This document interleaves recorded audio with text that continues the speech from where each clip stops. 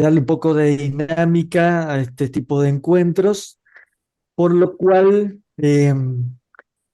por ahí si van teniendo dudas, consultas, vamos a ir charlando un poco para hacerlo más llevadero y, y bueno, y también darle un poquito más de entendimiento a medida que vamos hablando un poco de esta segunda etapa en el proceso de diseño de base de datos. Voy a compartir la pantalla.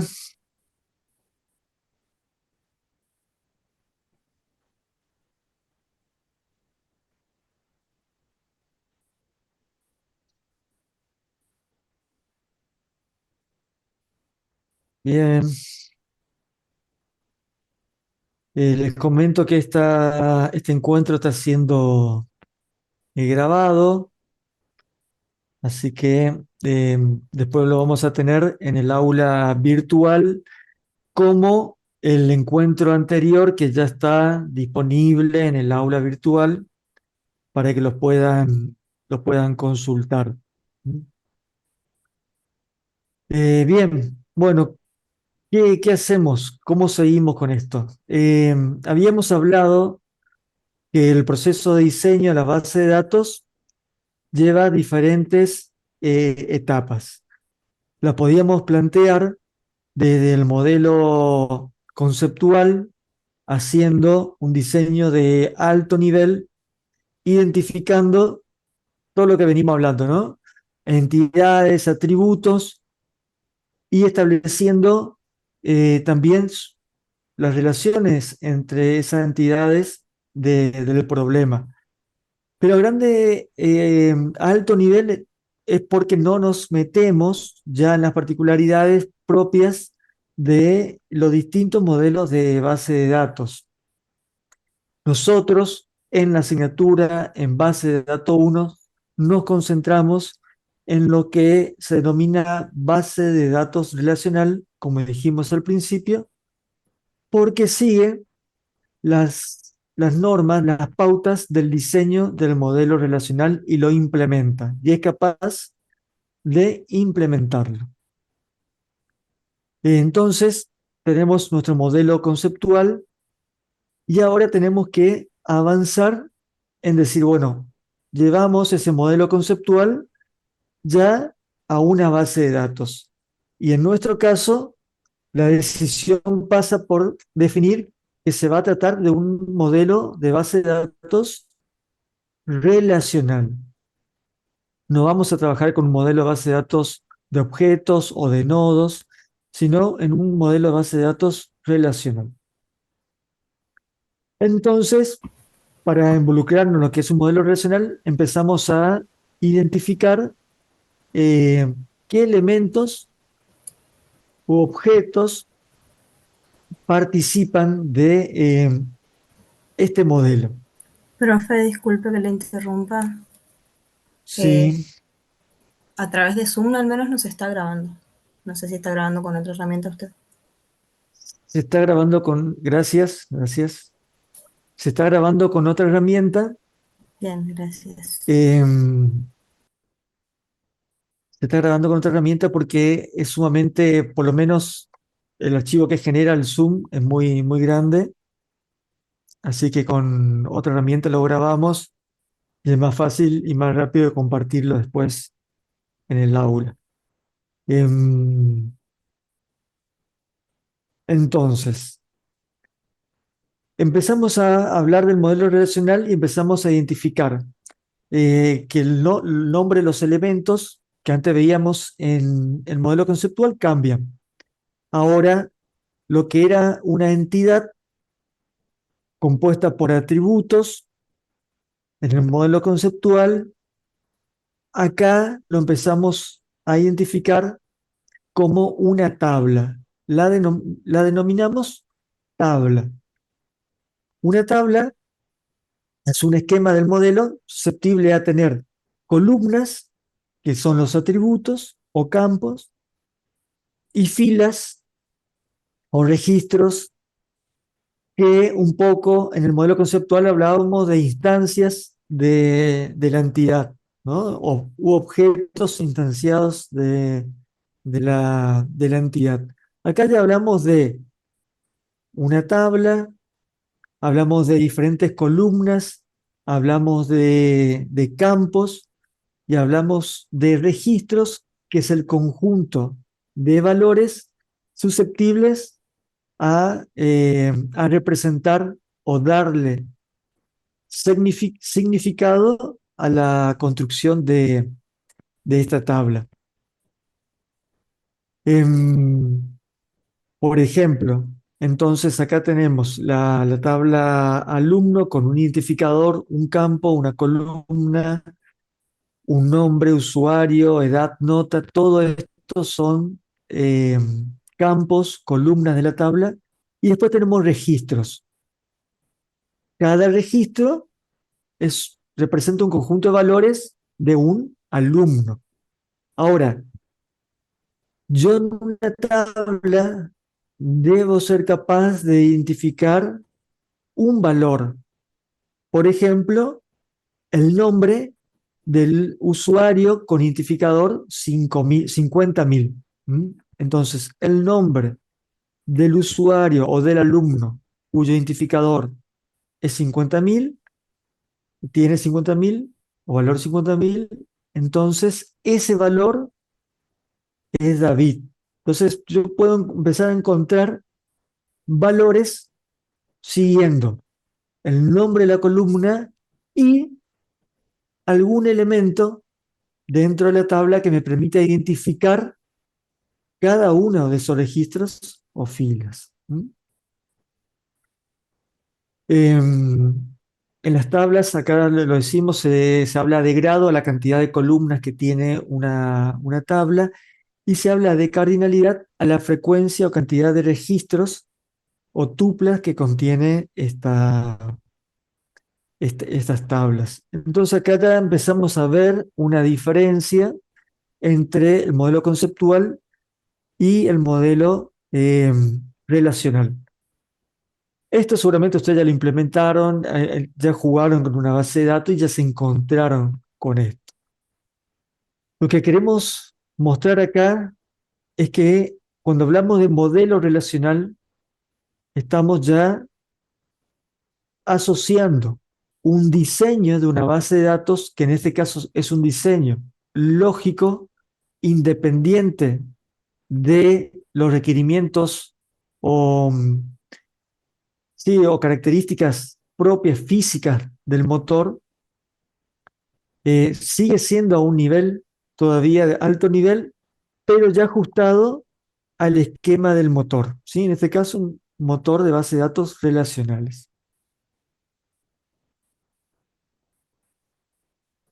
Y una base de datos relacional, ¿qué es? Es un conjunto de tablas, y ese conjunto de tablas están asociadas o relacionadas entre sí.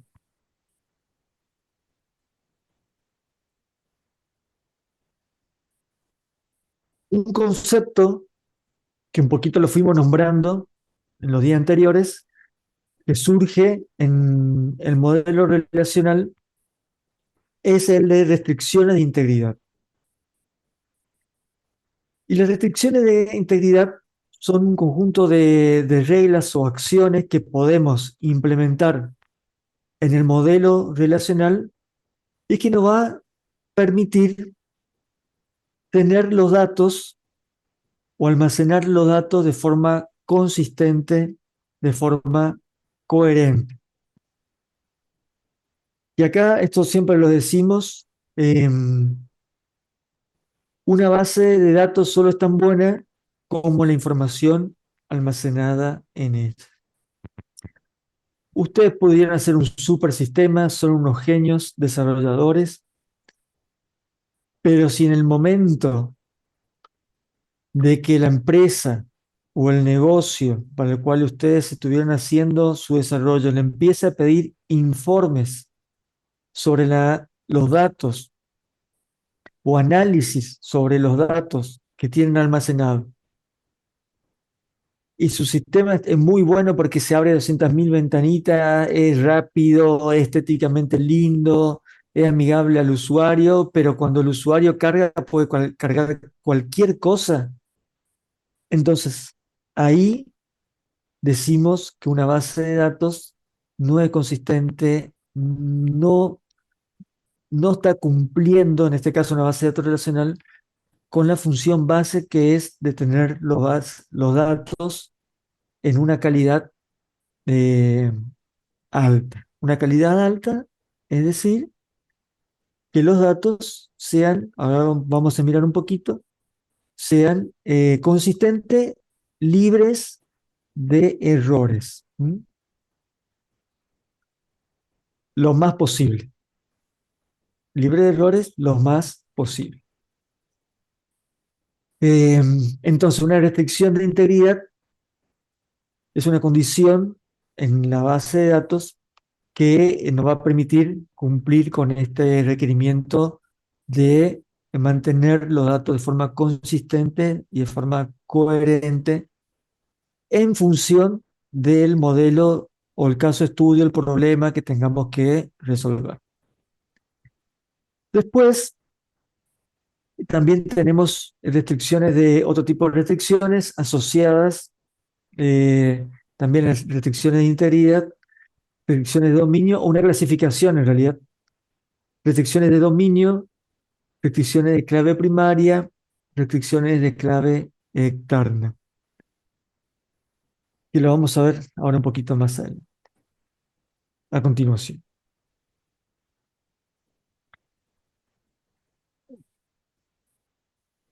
Creo que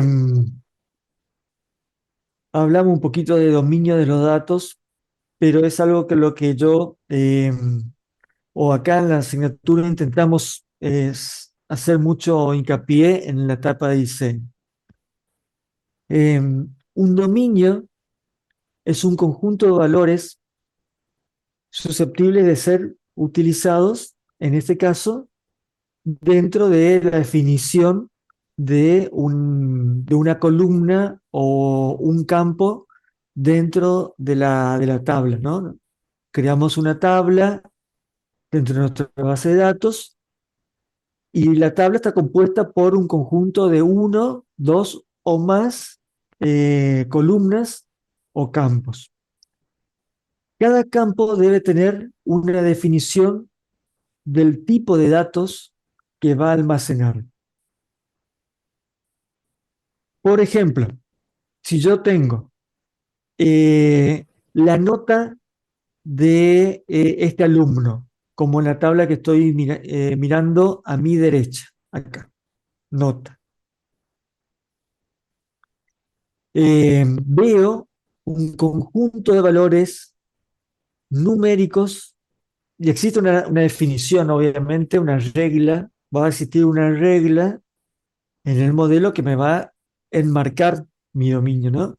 Las notas de los alumnos en cada asignatura va a ser numérica mayor a 0, menor o igual a 10, quizás. Eh, y ahí empieza también otra restricción. ¿Van a ser valores enteros o decimales? No son valores decimales. Bueno, entonces, mi dominio de valores que puede asumir ese campo nota es todo el conjunto de los valores numéricos decimales mayor a 0. Sí, sí, no se aceptan 0, sino 1 es la menor nota, entonces mayor o igual a 1 y menor o igual a 10. Esa definición tan sencilla es una definición de restricción de dominio. Y en casi todo el diseño es el primer elemento de restricción y de integridad. ¿Por qué? Porque si lo hacemos bien, nadie, ningún usuario va a poder eh, cargar valores por fuera de ese dominio definido. No va a poder cargar un valor cero, no va a poder cargar un valor 11, un valor negativo. Entonces ya empieza a constituir un elemento de consistencia de los datos, la definición de la restricción de dominio. Después tenemos ya algo que ya lo venimos planteando, que es una clave primaria, que es una clave externa, que son restricciones de clave. Una restricción de clave primaria lo que nos permite, lo que eh, nos permite implementar en el motor de base de datos relacionales es un control de identificación de cada registro, de cada tupla fila de la tabla a la cual estoy implementando esta integridad de clave primaria, restricción de clave primaria.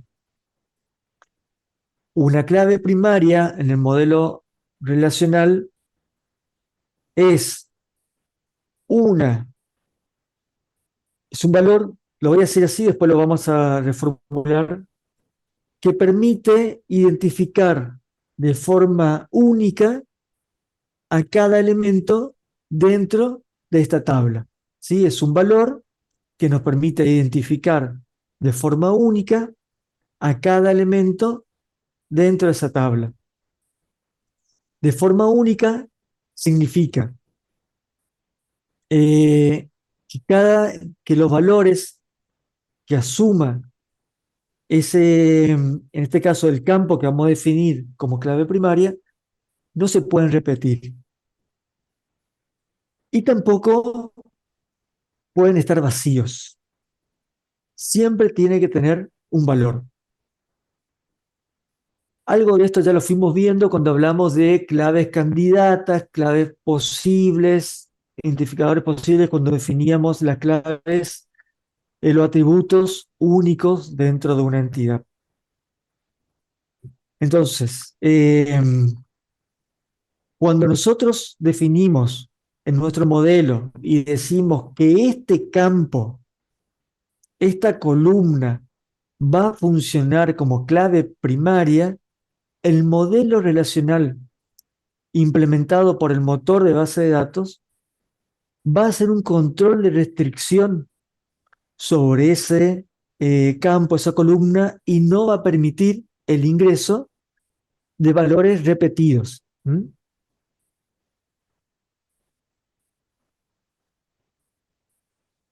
Claramente también nuestro campo va a tener una definición de dominio que pueden ser valores numéricos o alfanuméricos.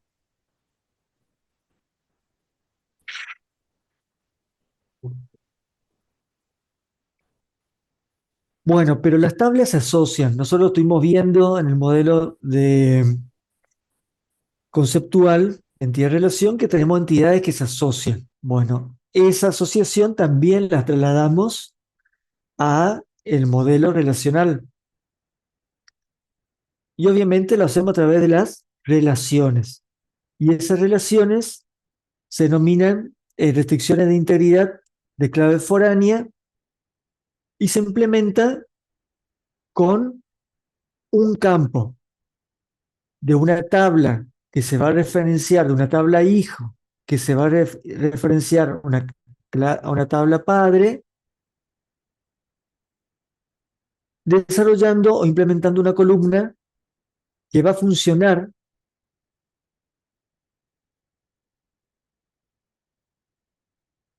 Voy a poner en modo presentación, a lo mejor acá puedo mostrar el puntero. Bien. Eh, Implemento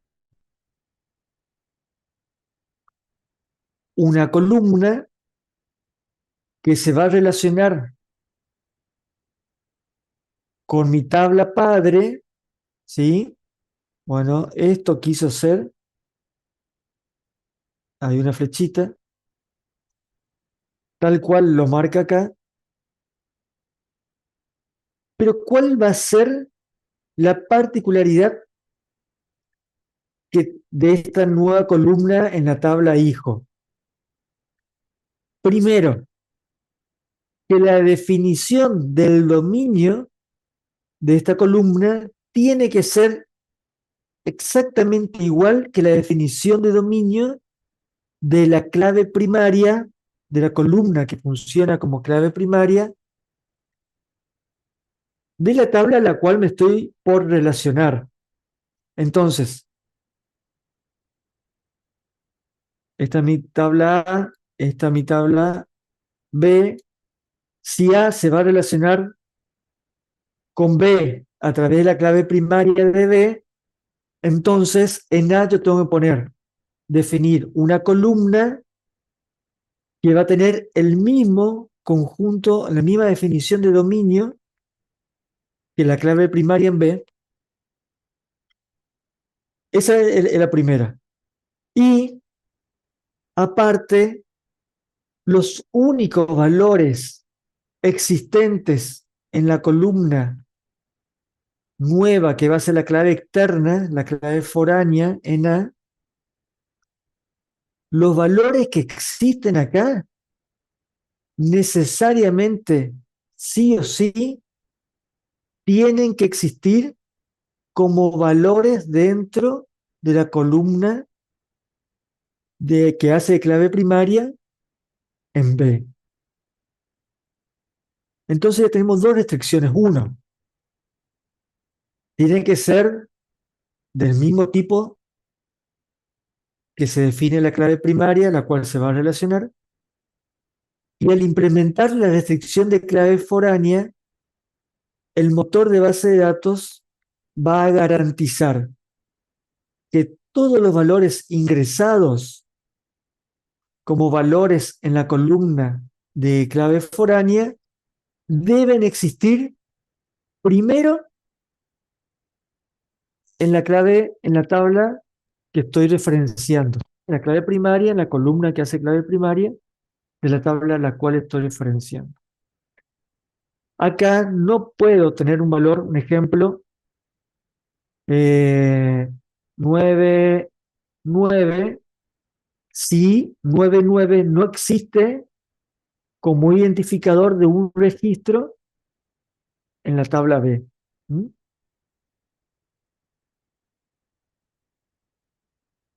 Este es el principio de control y de restricción de integridad que tienen los motores de base de datos.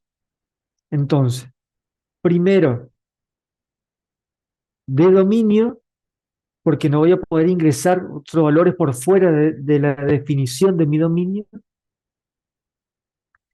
Y después, la definición de clave primaria, por lo cual sí o sí siempre voy a tener un identificador único, implementado y controlado, más que implementado, controlado por el motor de base de datos para mi modelo relacional.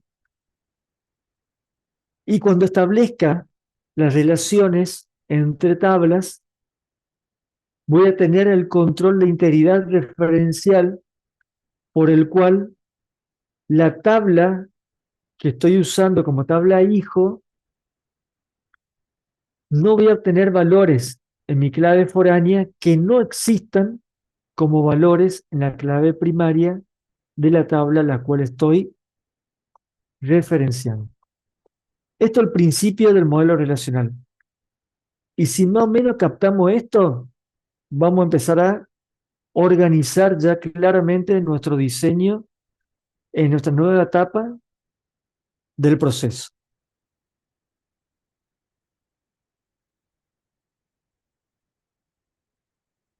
Bien, borrar.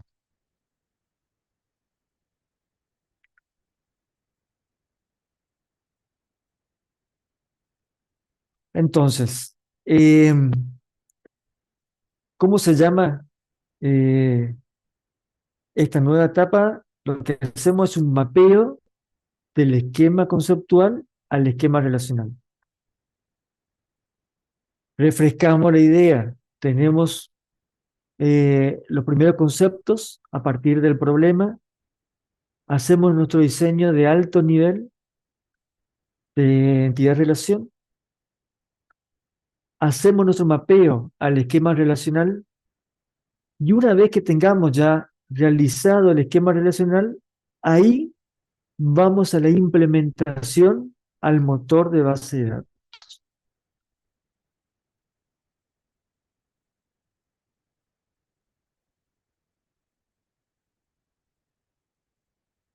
Bien, hago un ejemplo que lo muestro como caso para ir identificando las etapas y cómo podemos hacer este mapeo.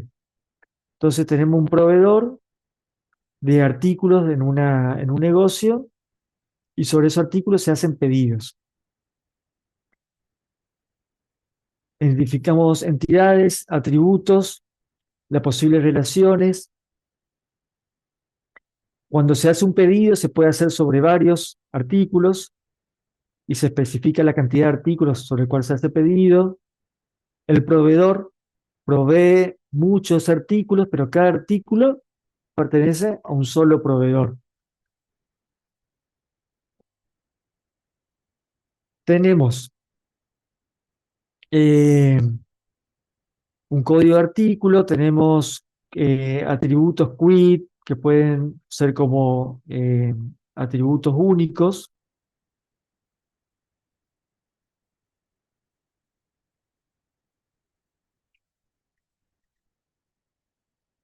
En pedido tenemos un código de pedido, un código de artículo, tenemos quit en proveedor.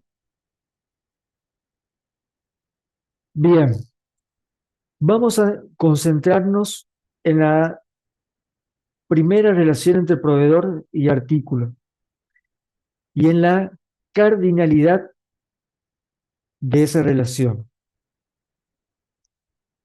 Acá estamos especificando que un proveedor puede proveer N artículos y cada artículo puede ser provisto por un proveedor. ¿Qué significa eso? Que decimos que, ¿se acuerdan que decíamos que era la cardinalidad, la cantidad de ocurrencias en una entidad por cada instancia de otra entidad? Esto sería que un proveedor dentro de la tabla artículo puede tener varios artículos con su identificador de proveedor provisto por él, ¿sí? Pero cada artículo solamente hace referencia a un solo proveedor. Yo no puedo tener un artículo provisto por varios proveedores al mismo tiempo. El mapeo del modelo conceptual entidad-relación al modelo relacional se hace de la siguiente manera para este tipo de cardinalidad. Y esto lo que le voy a plantear no son apreciaciones, no son que yo lo puedo hacer de una manera o lo puedo hacer otra, sino que se hacen así y es una regla. Por lo cual, si ustedes aplican esta regla de mapeo, muy raro o muy raramente se pueden llegar a equivocar al armar un diseño de base de datos relacional. Si defino a quit como mi clave primaria de proveedor y defino a código de artículo como clave primaria de artículo, cuando yo paso esto a una tabla, voy a definir mi tabla proveedor de esta manera. Quit como clave primaria, acá, anotar, eh, quit, vamos a poner acá, pk,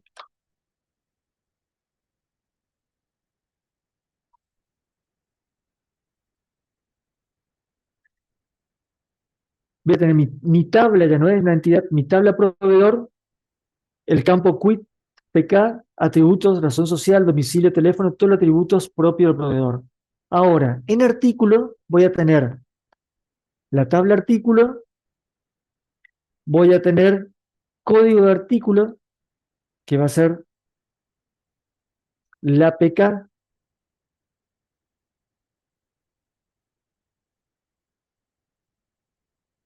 de artículo, todos los atributos, todos los atributos de artículo, y también voy a tener una nueva columna.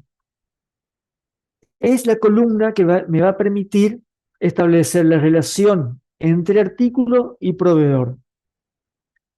Decíamos,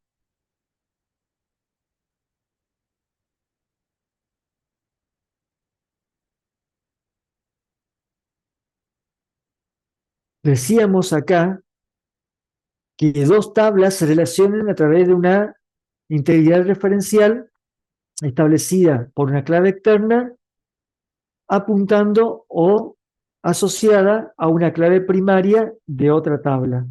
¿Sí? Entonces, ¿cómo lo implementamos?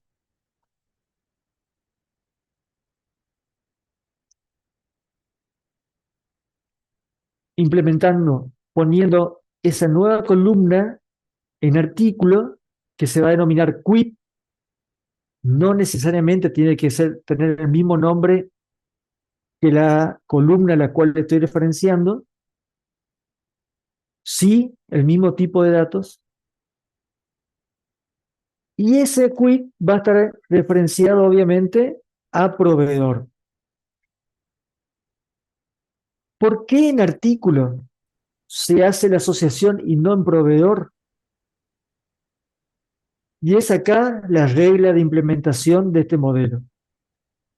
Cuando tenemos una relación de uno a muchos y se hace el mapeo del modelo de entidad-relación al modelo relacional, el acarreo de la clave, que es lo que se denomina llevar la clave primaria de una entidad a otra entidad para referenciarla, para asociarla, el acarreo de la clave primaria la realiza la entidad con mayor frecuencia o con la que tiene la cardinalidad de muchos.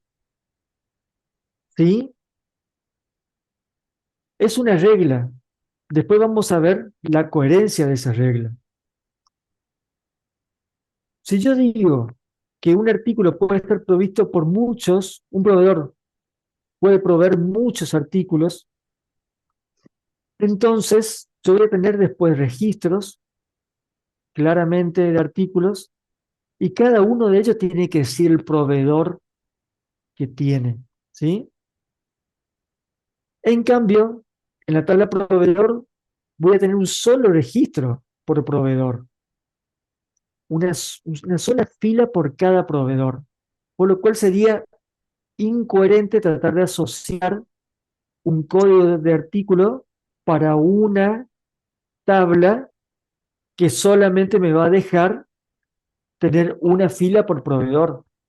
¿Mm?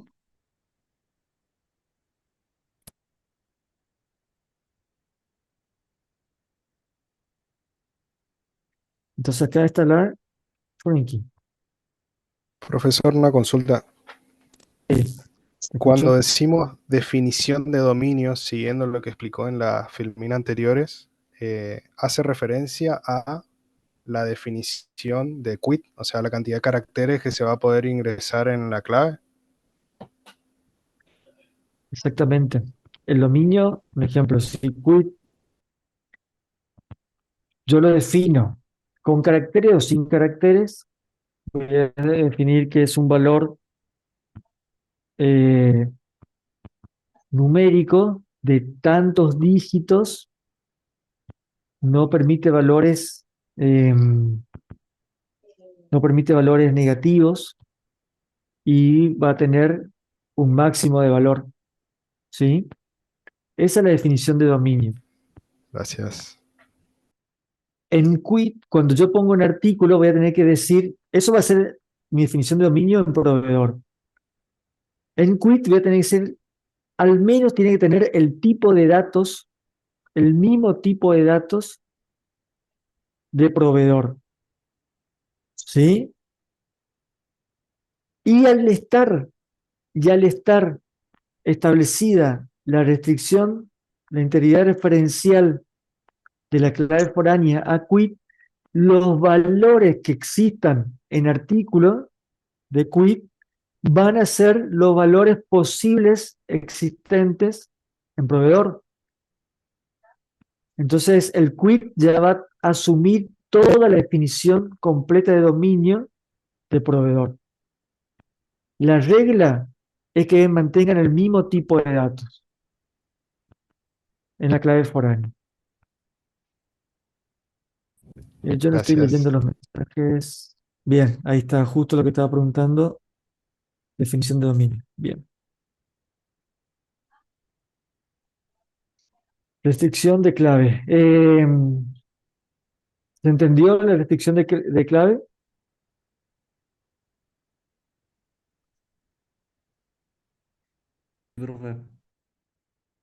Entonces, recuerden esto.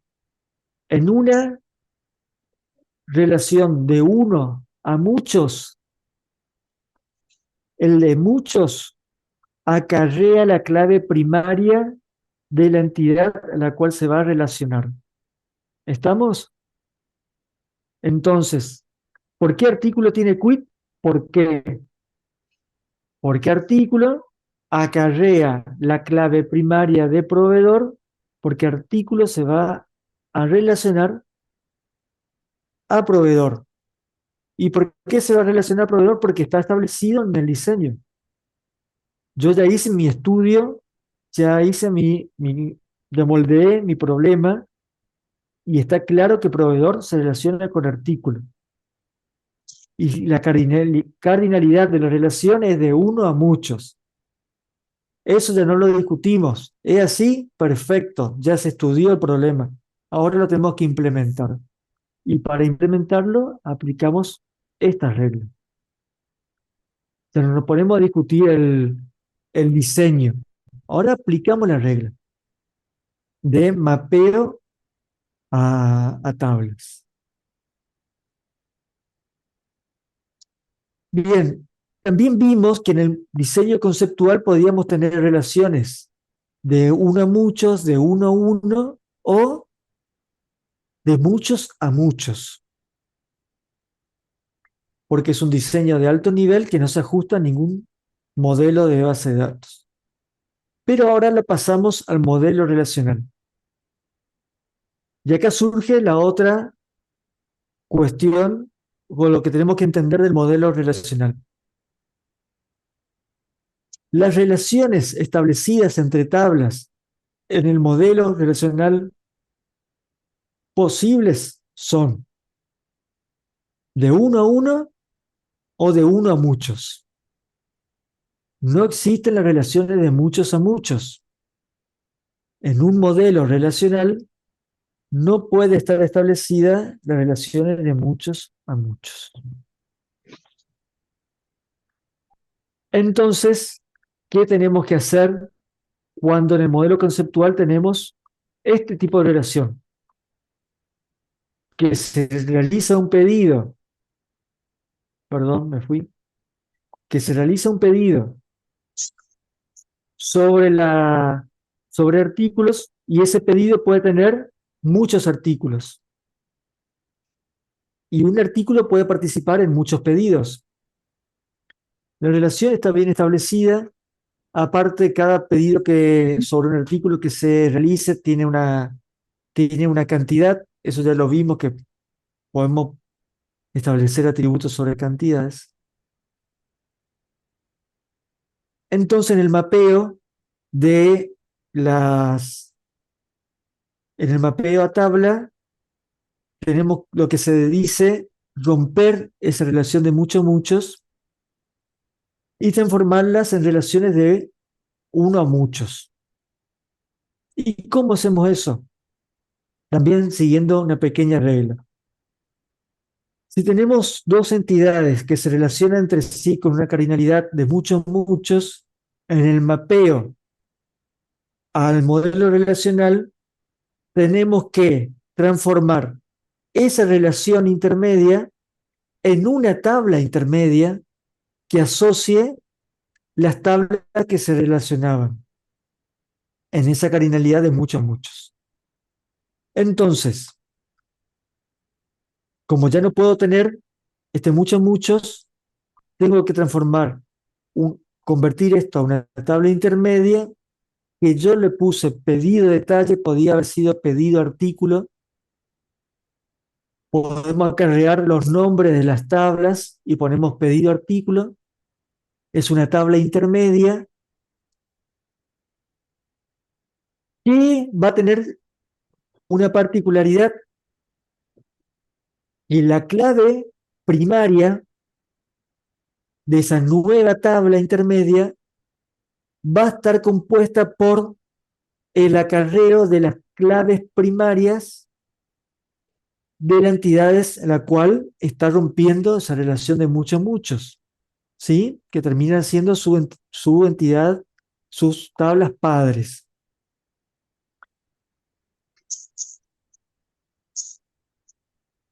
Más, más todos los atributos que tenía esa relación. En este caso era cantidad, y ponemos cantidad. De acá viene el otro concepto. Eh, una clave primaria puede estar compuesta por un campo, un atributo, una columna, o por dos o más atributos. La condición es que el conjunto de valores que componen la clave primaria pueda identificar de forma única a esa clave, a esa tabla, o a cada fila de esa tabla. Entonces, ¿qué es lo que vemos acá? Un nuevo elemento, una clave primaria compuesta, y en este caso compuesta por el acarreo de la clave primaria de pedido y la clave primaria de artículo. Si nosotros aplicamos esta pequeña regla de acarreo de claves para romper relaciones de muchos, muchos, esto no va a fallar y va a estar bien. Y de esta manera estamos haciendo un mapeo del modelo conceptual a un modelo relacional, adecuando el esquema, ¿sí? Rompiendo el de muchos, muchos y estableciendo cardinalidades de uno a muchos, que va a pasar ahora. Va a ser de pedido a pedido detalle, va a ser de uno a muchos. Y de artículo a pedido detalle va a ser de uno a muchos. ¿Sí? ¿Vieron cómo ya no tengo relaciones de muchos a muchos? ¿Consulta hasta acá? ¿Se entendió?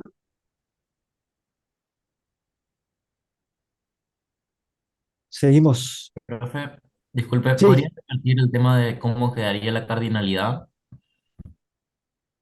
bien.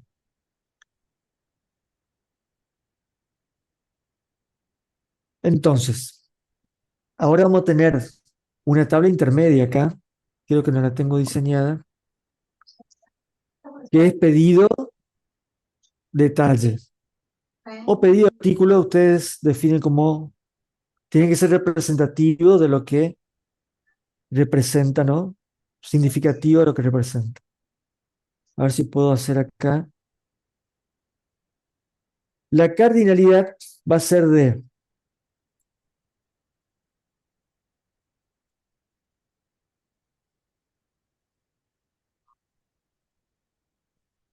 uno a de 1 a mucho entre pedido y pedido detalle,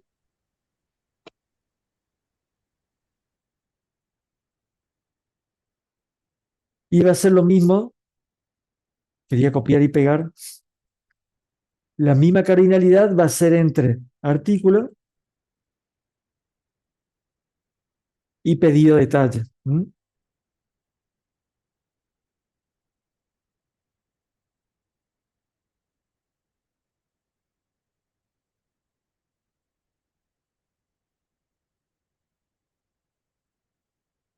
¿Se entiende?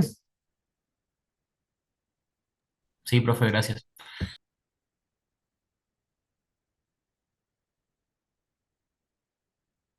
Entonces, ¿qué vemos acá? Pedido va a ser de uno a muchos, artículo va a ser de uno a muchos, y cada pedido solamente puede referenciar claramente a un artículo, cada pedido de detalle, y cada fila de pedido de detalle también va a estar asociado a un artículo. ¿Mm? De esa manera, a través de una tabla intermedia entre pedido y artículo, rompemos la relación de muchos a muchos y transformamos a relaciones de uno a muchos, adecuando al modelo relacional. ¿Por qué? Porque el modelo relacional no admite relaciones de muchos a muchos. No se implementan en los motores de base de datos relacionales. ¿Mm?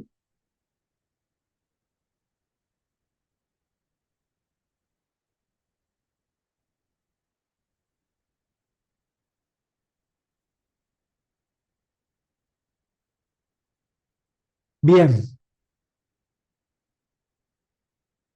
esto lo vamos a ver mañana, lo vamos a refrescar también el próximo lunes en la práctica, mañana en el laboratorio, lunes en la práctica, de estas implementaciones del mapeo. ¿Mm?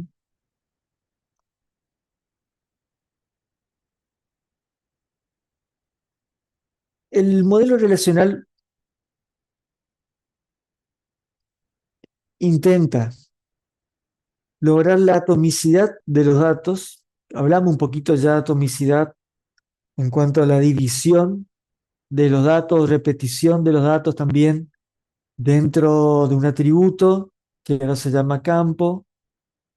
La coherencia y la integridad, que es lo que estamos tratando de hacer a través de la definición de dominio, a través de la restricción de clave primaria, la restricción de clave foránea, y también trabajar en lo que es la redundancia de los datos o la repetición de datos dentro de una tabla. ¿Por qué es importante tener en cuenta o presente estos conceptos? Porque son los elementos que a nosotros nos permiten darle calidad a los datos. No tener datos repetidos o minimizar los datos repetidos en una tabla, en una base de datos, nos permite tener un mejor control de esa información y que los datos que se quieren representar tengan una sola forma de representación y no la forma que quiere cada usuario le podría dar. Por ejemplo, si yo quiero escribir, creo que lo tenemos más adelante, pero quiero escribir Corrientes como localidad, si yo le doy al usuario que escriba, puede decir Corrientes CTE, Corrientes, se comió una S al final, se comió la O. Y después cuando yo quiero saber, bueno, decime el listado de localidades que existen en nuestra tabla y te van a aparecer un montón cuando sobre corriente podría ser una sola. ¿Sí? Entonces la información se puede representar de diferentes maneras. Y eso es lo que tenemos que tratar de minimizar. El ejemplo de domicilio, el ejemplo de apellido y nombre, lo fuimos dando también ya en el diseño conceptual, si era necesario no dividir lo que era un atributo compuesto.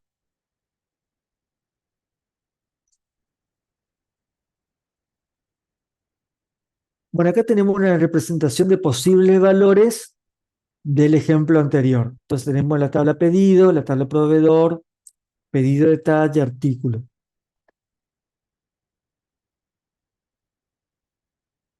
vemos cómo en la tabla artículo tenemos quit, que es clave foránea, indicada que se relaciona con proveedor. ¿Mm? Y acá tenemos marcado, no sé si lo ven al pie, un posible valor 004, marcado acá con un color rojo.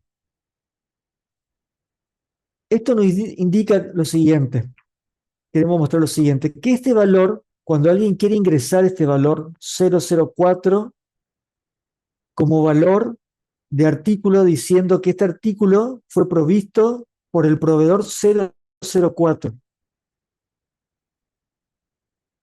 Cuando el motor de base de datos quiere hacer el control de ese valor, ¿qué es lo que va a hacer? Va a chequear que exista como valor en la columna quit de proveedor. Si no existe, entonces no va a ser posible agregar este valor 004. Y al no ser posible agregarlo, estamos minimizando la inconsistencia, es decir, que acá no vamos a tener valores de un quit de un proveedor que no existe. Siempre vamos a tener valores en artículo de quit de proveedores existente en la tabla proveedor. Esto es el principio de integridad referencial en el modelo relacional, que no nos permite agregar valores que no existan como valores en la tabla referenciada en su clave primaria. ¿Mm?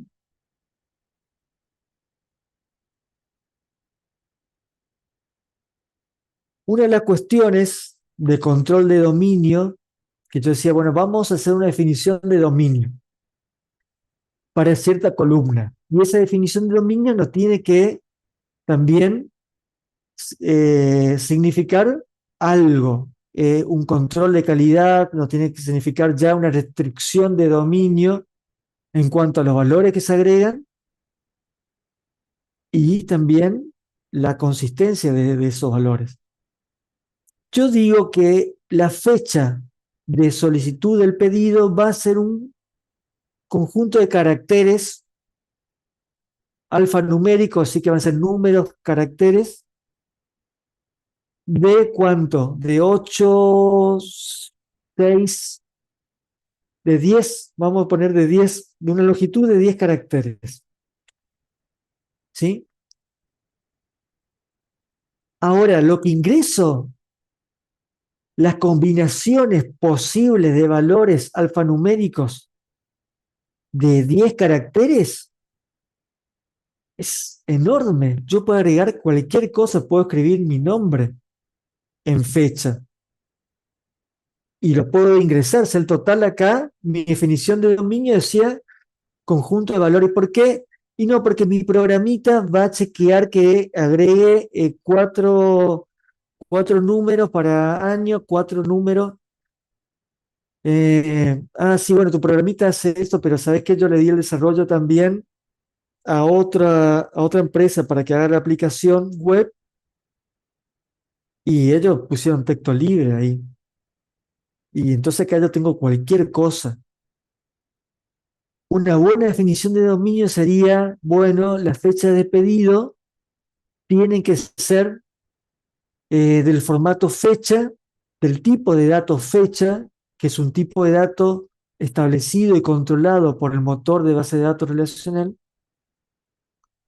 y las fechas que se ingresen en el pedido, que puede ser también una regla de negocio, no pueden ser menores a la fecha actual, no pueden ser mayor a la fecha actual, no pueden ser pedidos futuros. Entonces, digamos, tiene que ser menor o igual a la fecha de actual y quizá mayor a una fecha a un año. No puedo registrar pedidos históricos pasado un año. Bueno, es una restricción de dominio bien establecido en mi motor de base de datos, controlado por el motor de base de datos en mi modelo relacional. Ya haciendo eso, esa definición de dominio, yo todo este conjunto distinto de valores no lo voy a tener en mi tabla. De ahí radica las definiciones que hoy decíamos de, o tener en cuenta esta restricción de dominio. Bien, acá vemos representado también un caso de pedido de detalle, con una clave primaria compuesta, donde acá vemos cómo la columna código pedido por sí sola no me garantiza identificar de forma única a un registro. Vamos a mirarlo acá.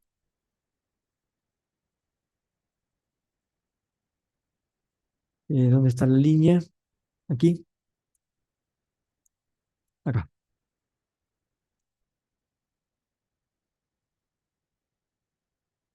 Código de pedido por sí solo, dentro de la tabla pedido detalle, no me puede identificar de forma única a este registro. Recuerden que una clave primaria, yo accediendo por la clave primaria, puedo ir al elemento concreto que quiero saber sobre ese registro. Yo digo, todos los valores 100, bueno, acá tengo para 100, tengo la cantidad 1000, y para 100 tengo la cantidad 500. Así que yo nunca podría definir como clave primaria solamente el código pedido. En cambio, si yo concateno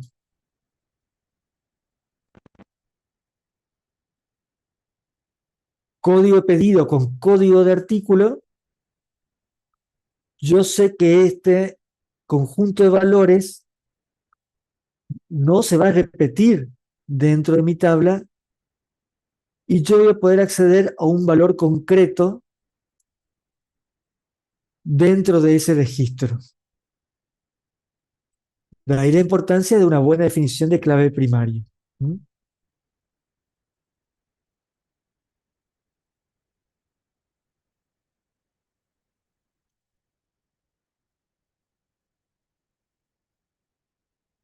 Bien.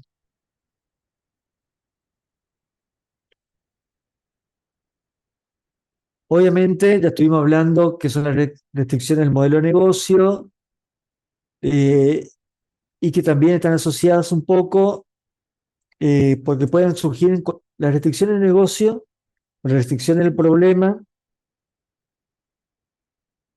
no siempre están establecidas al principio de todos los requerimientos.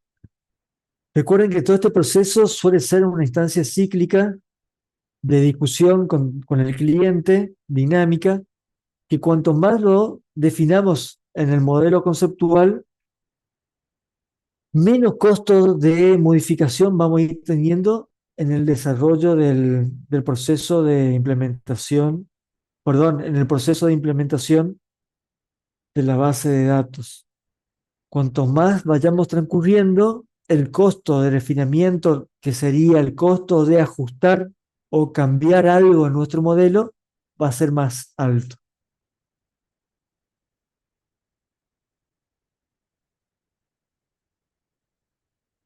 Nosotros pudimos eh, desarrollar toda nuestra base de datos, pero después también tenemos requerimientos de implementación que ya tienen que ver con el diseño físico, que lo vamos a ir viendo ya en la segunda etapa de este cursado. Solamente para mencionar que esas restricciones del modelo pueden ser creaciones de vistas, que son una representación visual de un conjunto de datos, no son tablas. Podemos aplicar también algunos mecanismos para mejorar los tiempos de búsquedas, que se suelen denominar índices. Y también podemos aplicar, y eso dependiendo de la herramienta que usemos para realizar el modelo relacional, ya también algún otro tipo de restricciones como restricciones de control o restricciones de unicidad en algunas columnas.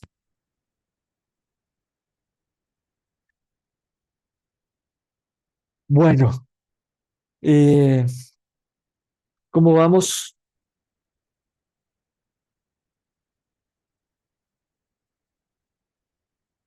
Más o Bien, menos, más o menos. bien, profe. Bueno, porque todavía no arrancó la parte más pesada. No, hicimos la parte de mapeo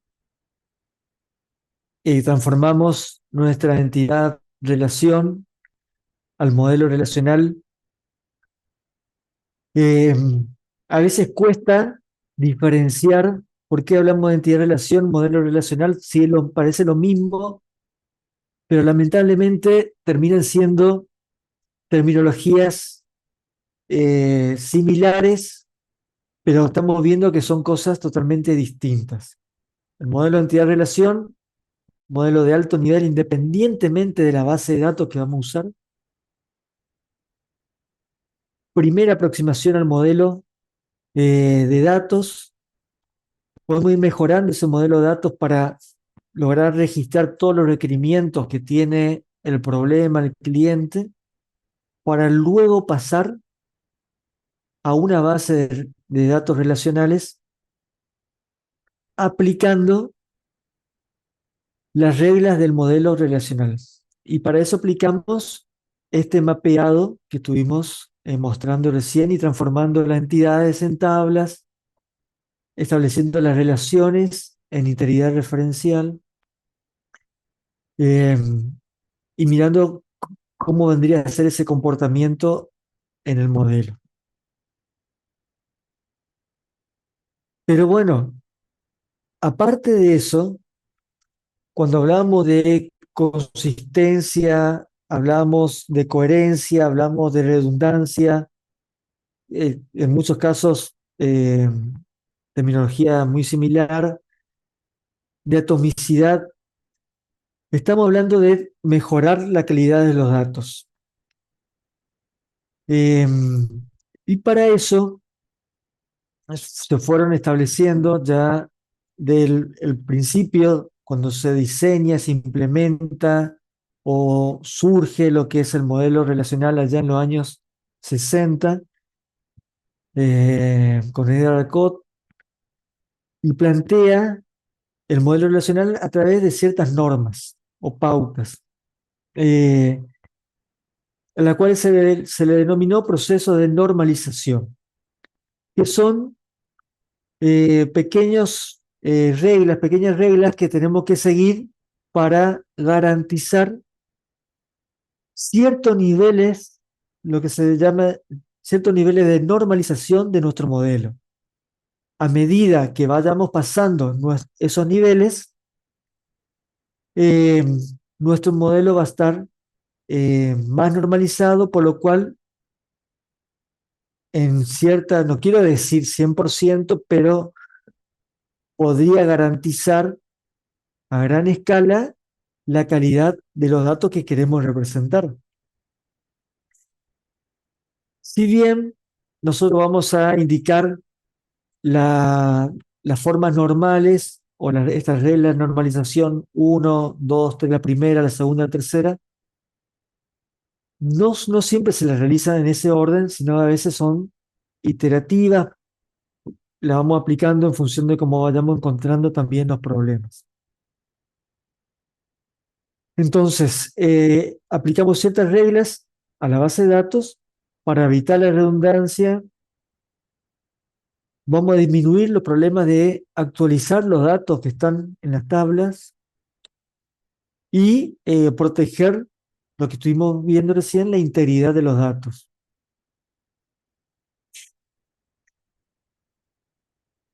Y entonces vamos a decir las reglas y ver qué es lo que vemos en el comportamiento de nuestros datos para saber si se cumple o no se cumple eh, las reglas o las formas normales.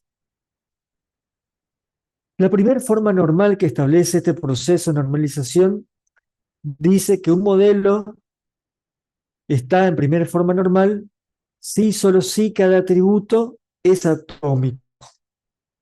Y decimos o definimos atómico, atomicidad, cuando esa columna solamente puede representar un valor posible. ¿Se acuerdan que hicimos en el modelo conceptual, teníamos la opción de tener atributos multivaluados y que creo que era en la tabla de empleados, teníamos el atributo teléfono multivaluado? ¿Qué decíamos ahí que era ese atributo multivaluado? Que era un atributo que podía tener muchos teléfonos. ¿Mm? ¿Qué sería este caso? ¿Qué sería este caso de un alumno que tiene varios teléfonos en el campo teléfonos, varios números telefónicos, varios valores? Bueno, ese atributo ya no es atómico. Un atributo es atómico cuando solo puede contener un valor posible. Lo voy a marcar con otro color. Solamente un valor posible o no tener valores, que es la otra opción, si está obviamente definido el conjunto de dominios que puede no tener valores, ¿no? Una restricción. Como en el caso que sea opcional ese atributo. Pero si existe el valor, tiene que estar representado un solo valor.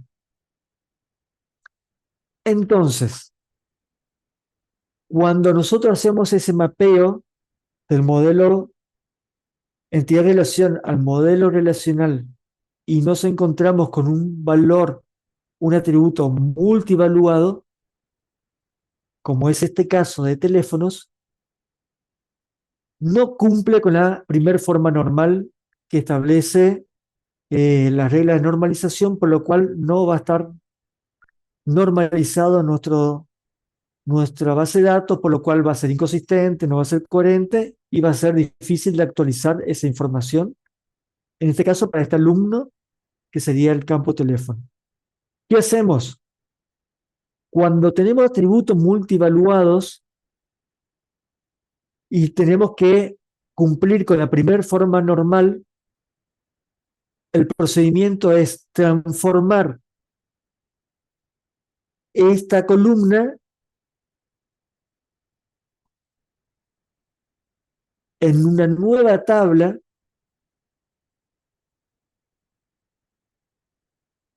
Vamos a transformar la columna. Voy a borrar eso.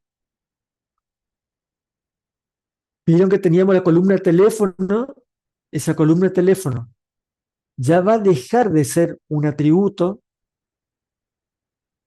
de alumno y la vamos a convertir en una nueva tabla. ¿Qué estamos viendo acá?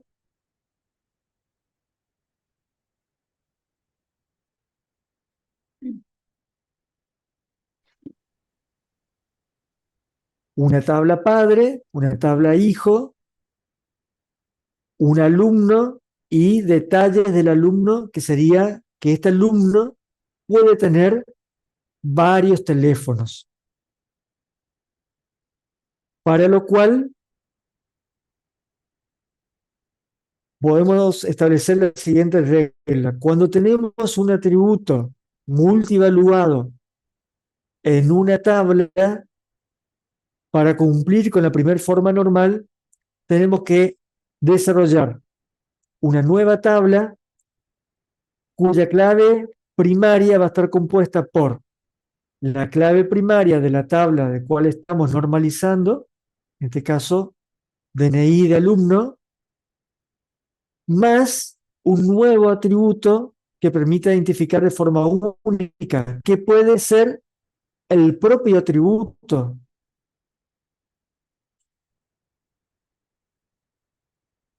Estoy buscando acá esto.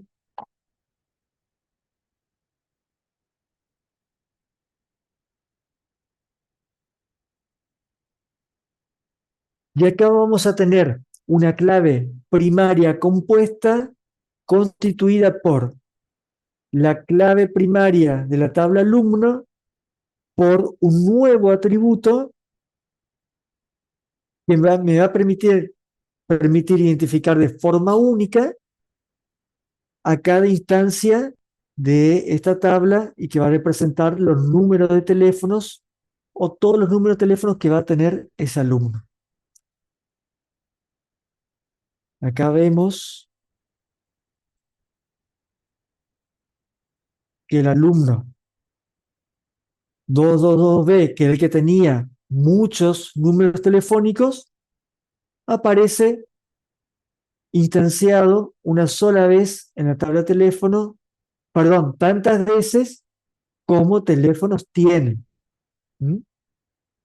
Y en el atributo teléfono existe un solo valor para ese alumno. ¿Mm? De esta manera cumplimos con la primera forma normal. Por lo cual, repito, la primera forma normal elimina todos los atributos multivaluados en las tablas. Todas las columnas multivaluadas desaparecen y esos atributos multivaluados se transforman en una nueva tabla. La nueva tabla tiene que cumplir con este requisito de ser una tabla con clave primaria compuesta. ¿Estamos?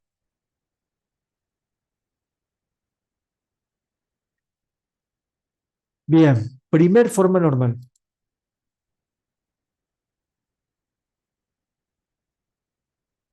Un modelo está en la segunda forma normal si cumple la primera forma normal, es decir, que eliminamos todos los atributos multivaluados y todos los atributos que no son parte de la clave primaria, tienen, voy a subrayar esto. Che, ¿cómo me está costando encontrar los elementos acá? Ahí está. Tienen dependencia funcional, es decir, que cada atributo o columna de la tabla está asociado a la clave primaria de esa tabla. ¿Qué significa esto? Que una clave primaria sabemos que es un identificador, pero también representa, cada fila está representando una instancia, representa un valor de algo, un conjunto de valores de algo, identifica un objeto. En este caso, si estamos hablando de alumnos, cada fila es un alumno, representa un alumno. Cada conjunto de columnas de esa fila representa la información de ese alumno. Al principio, cuando empezamos a hablar de todo esto del diseño conceptual, yo le decíamos acá entre los profes, que los atributos deben caracterizar, le deben dar sentido a la entidad a la cual la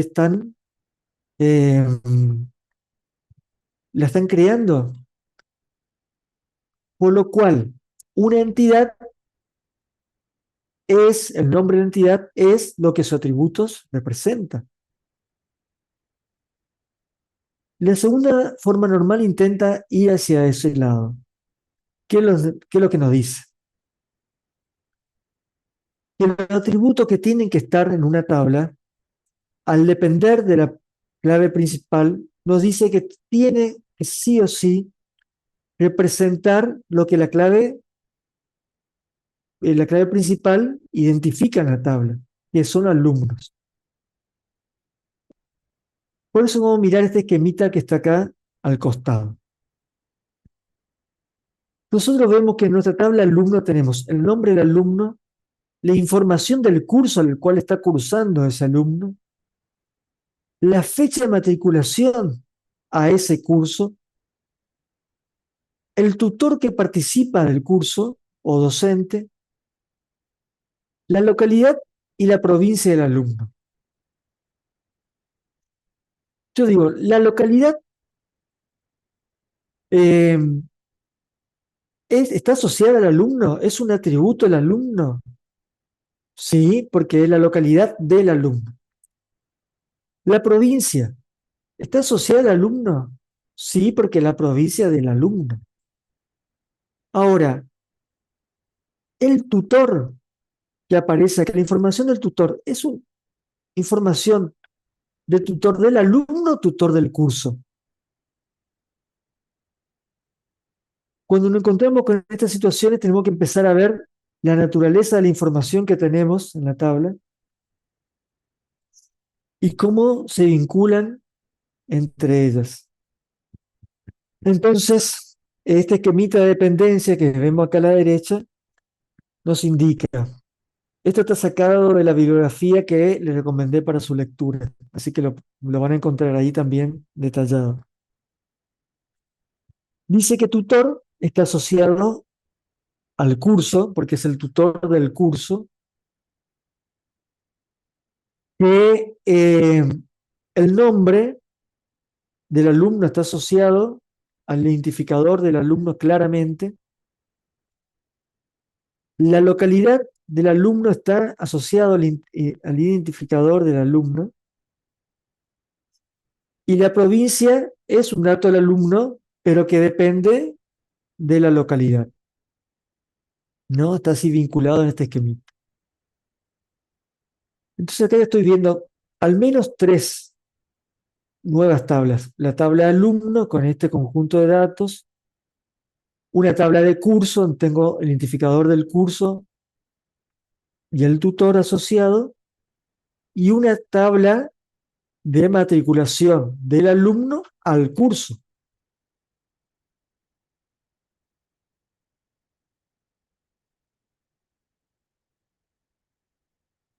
¿Qué es lo que veo en esta nueva tabla? Entonces, acá ya tengo una tabla alumno refinada, reajustada, donde todos eh, los atributos que aparecen o están definidos en la tabla alumno son parte de la tabla alumno y dependen del ID. Vemos una tabla cursos donde tengo el código de curso y el tutor que participa en ese curso. Y después tengo una tabla de matriculaciones de matrículas, donde voy a ir marcando las claves primarias de cada tabla y voy a tener una tabla intermedia, matrículas, entre alumno y cursos. Por favor, le pido acá. Eh, Estoy ambiente familiar, así que les pido disculpas. Eh,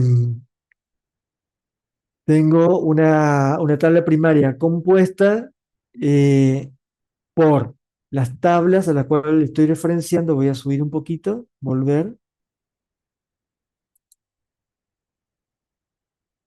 Y me fijo acá a mi derecha en el cuadro de dependencias. Esta tabla, matrícula, que va a tener el atributo fecha de matrícula y que va a acarrear la clave primaria de la tabla curso, perdón, la clave primaria ID de la tabla alumno y la clave primaria de la tabla curso, que en este caso es el código de curso. Si logro hacer esto, identificar los atributos que dependen de la clave primaria, es decir, los atributos que son propios de cada tabla, cumplo con la segunda forma normal de mi proceso de normalización de base de datos relacionales.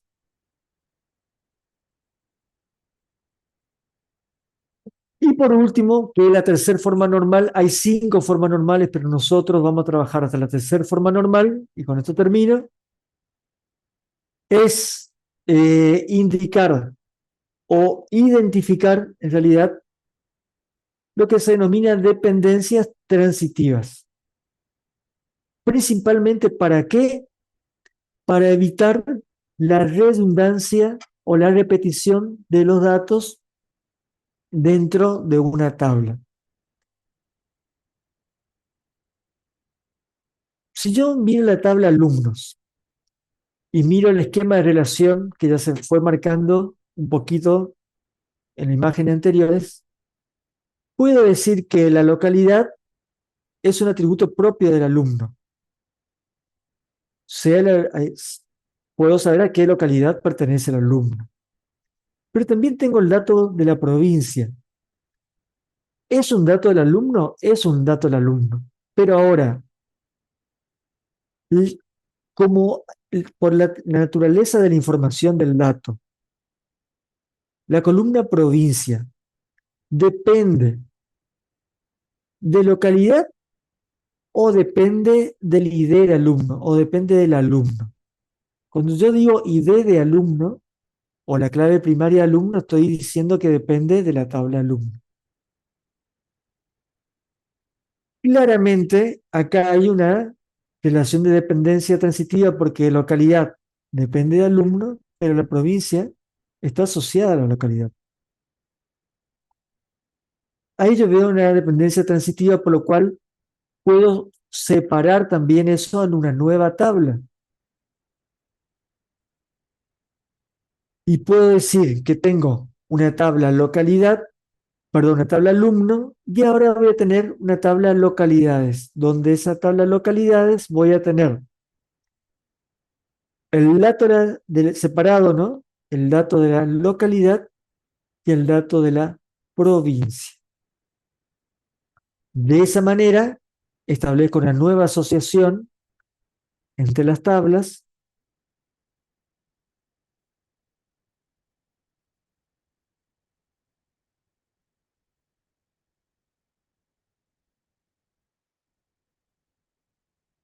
y en esta también dependencia voy a tener que establecer la clave foránea, ¿no? Bueno, en este ejemplo están tomando el nombre de la localidad como clave PK, clave primaria de la tabla localidades. Pero el nombre de la localidad, si vamos más allá de una, o en en el mismo país, nunca podría ser, no sé lo que pasaría en este ejemplo de México, lo tengo que ver, pero claramente en Argentina jamás podríamos tener el nombre de localidad como una clave primaria, dado que no nos garantiza la unicidad del valor. Sabemos que al menos tenemos 100 localidades nombre Belgrano, 100 localidades nombre San Martín, localidad de Ituzaingó en diferentes provincias. Entonces, deberíamos lograr otro identificador. Para este caso, el que estoy representando es el nombre de localidad el que hace la vinculación. Si nosotros identificamos estas asociaciones transitivas,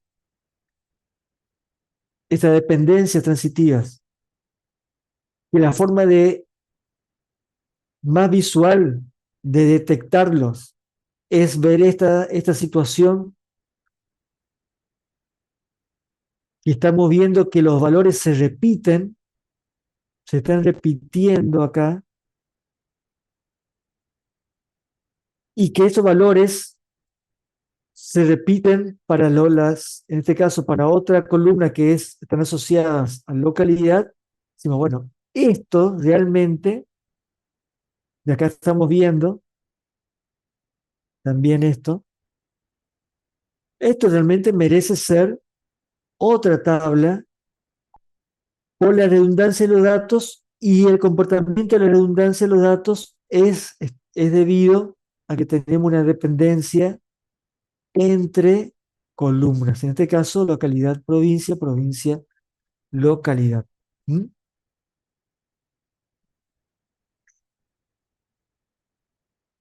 Un poquito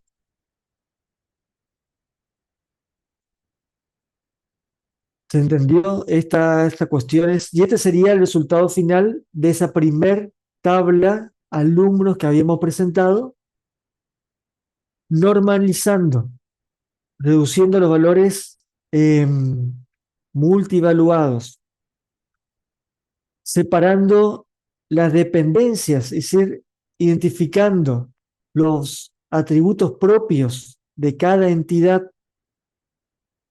y separándola, lo que hicimos un poquito en el diseño conceptual.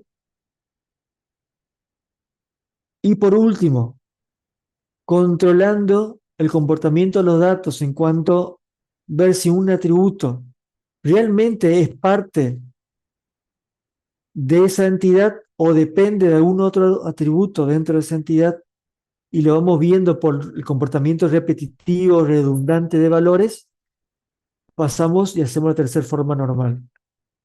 A medida que vayamos pasando, estamos normalizando. Llegamos a esta instancia y podemos decir que tenemos una base de datos normalizada. ¿Libre de redundancia? No, porque podemos seguir trabajando, un ejemplo, en tener una entidad, una nueva tabla tutor para evitar la redundancia de los tutores en curso, ¿no? Podemos tener una tabla provincia, una tabla localidad que se relacionen entre sí y a su vez se relacionan con alumnos. Evitamos la redundancia de los datos. Así que podemos ir ajustando y refinando este modelo a medida que vayamos también pasando por la etapa de normalización y volviendo a la primera forma normal, a la segunda y a la tercera.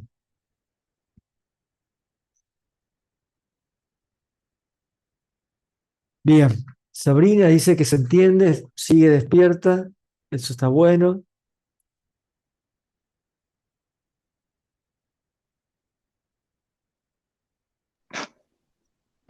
Yo tengo una duda con lo último, si puedo repetir lo de la segunda forma normal, o sea, la dependencia parcial sería que me quedé en lo del tutor y el curso, esa partecita no la entendí, porque se supone que el tutor es del curso y no del alumno, pero el alumno sí va a un curso. Bien, vamos a mirar este conjunto de datos. La segunda forma normal, en este caso, la estamos aplicando sobre este conjunto de datos para mostrar cómo se implementa.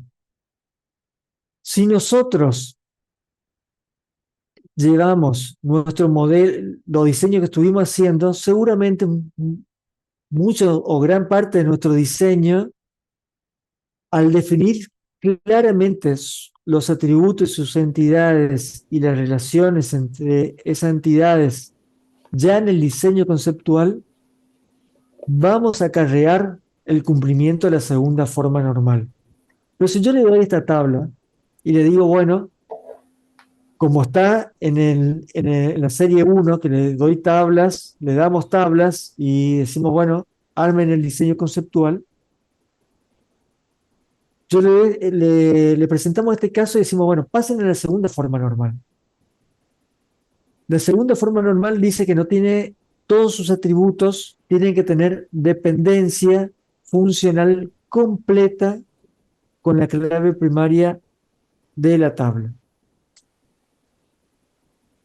Para profundizar esto, tenemos que ir mucho más para atrás, ir a la definición de lo que es una dependencia funcional, estudiar la teoría de la dependencia funcional, y eso obviamente ya le vamos a presentar un poquito más adelante en alguna documentación de la teoría.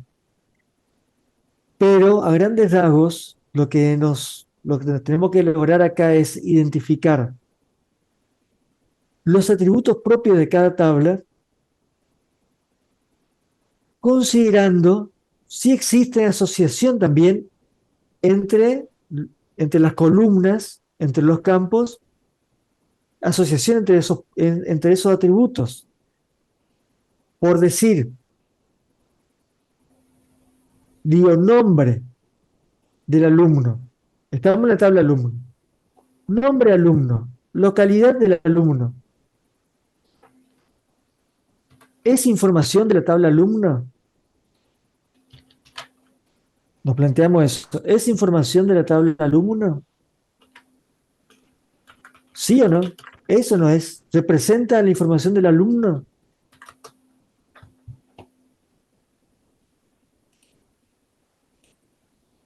Tutor, que está acá, fecha de matrícula y curso. La fecha de matriculación, ¿es un dato del alumno?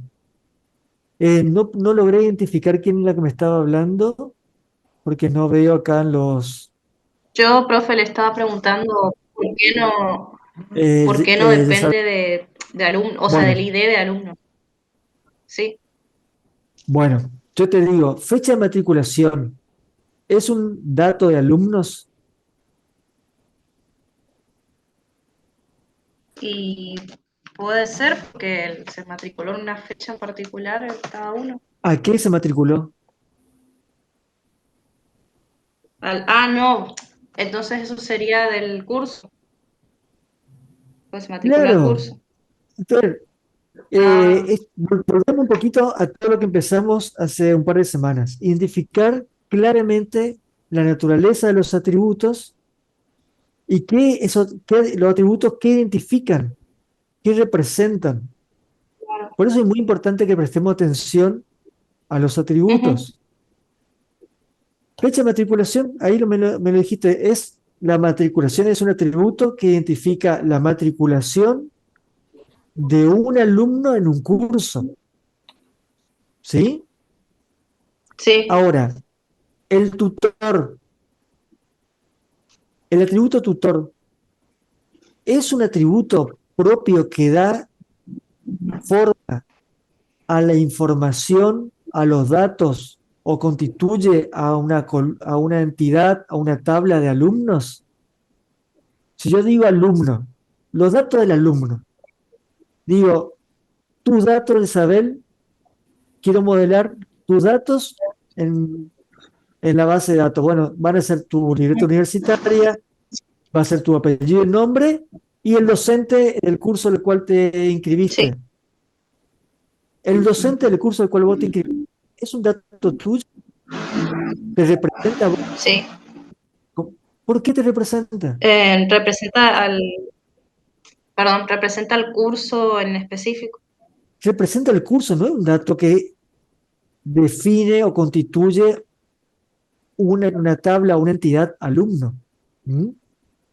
No es un dato que vos puedas decir, bueno, el objeto alumno, la entidad alumno, tiene como atributos el domicilio donde vive el alumno, su libreta universitaria, ¿eh? Y el docente.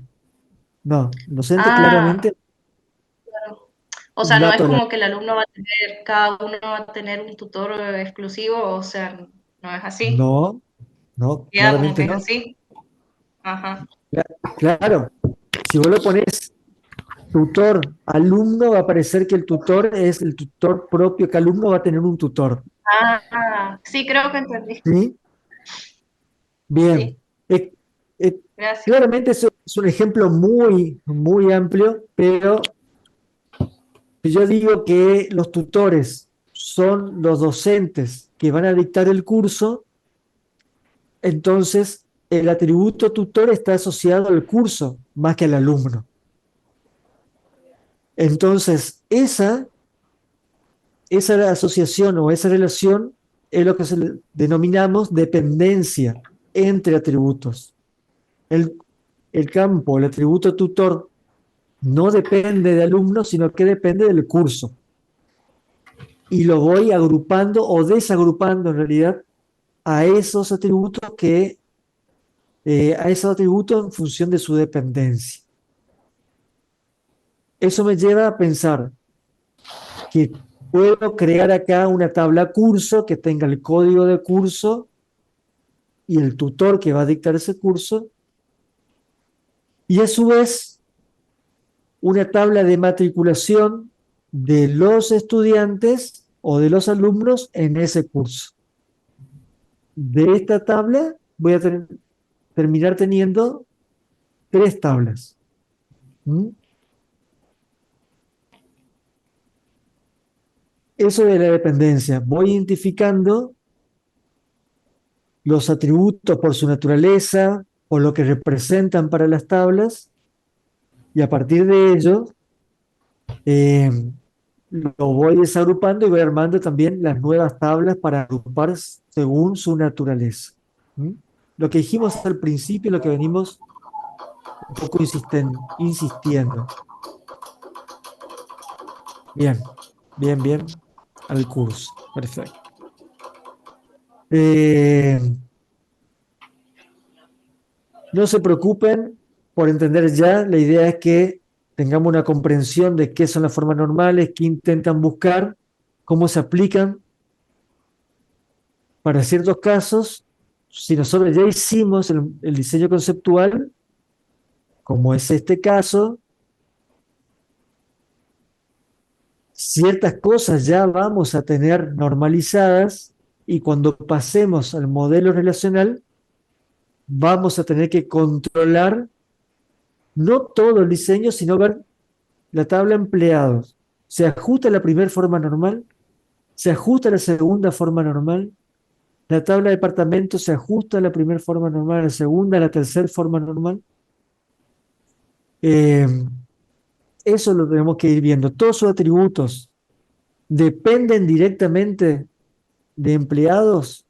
Yo puedo decir que cada uno, cada registro que tengo ahí en esa tabla y cada valor de esa columna representa al empleado que quiero tener esa información. Cuando no es así, entonces me empiezo a preguntar, bueno, acá yo tengo otra tabla o lo tengo que relacionar a otra tabla, construir otra tabla, asociarla a otra tabla.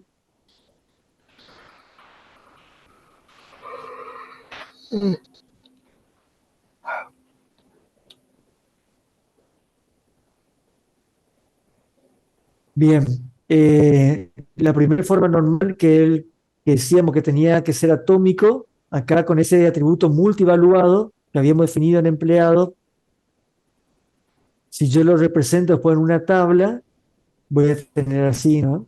Varios números para ese contacto telefónico. Entonces acá yo voy a tener que aplicar la primera forma normal y siempre que yo tenga entonces un atributo multivaluado acá, eso se va a transformar en una nueva tabla, aplicando la primera forma normal.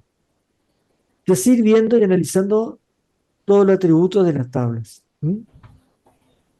Bien, consultas, preguntas. Podemos seguir hablando una hora más. Bien,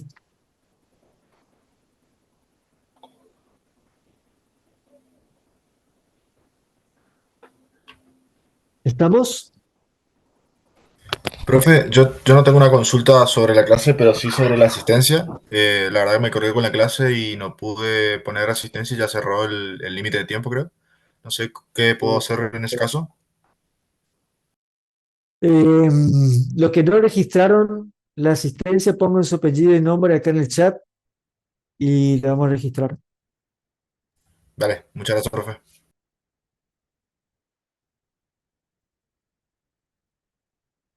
Bien, para cerrar, para cerrar esto, de acá en adelante solamente va a estar bien un modelo de base de datos si está normalizado hasta la tercera forma normal, si está diseñado pensando en la consistencia, la integridad y la redundancia de los datos. Eso es lo que vamos a trabajar en la primera parte y esas van a ser las condiciones de estándar de calidad de todos los modelos con los cuales estemos trabajando ahora. Vamos a trabajar en el proyecto de estudio en la primera parte y en la segunda parte. La clase la sube hoy al aula. Cuando sí, ni bien tengamos ya el video, lo subimos. Seguramente mañana a la mañana va a estar. Hoy ya no, mañana seguro.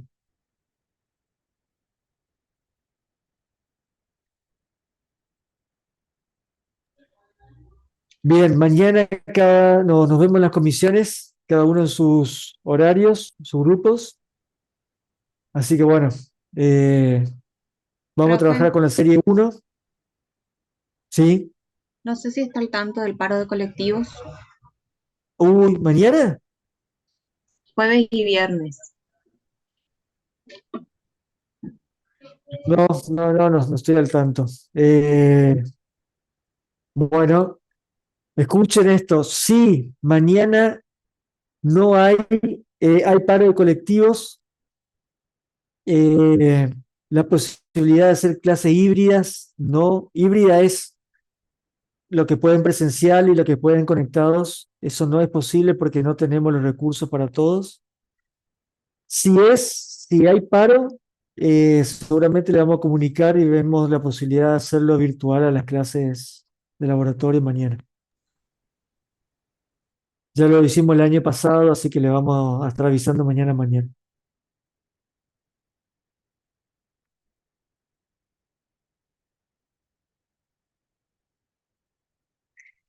Y Santiago, y sí, registrate en el grupo. Eso ya lo coordinan ustedes entre ustedes. ¿En qué grupo se registran?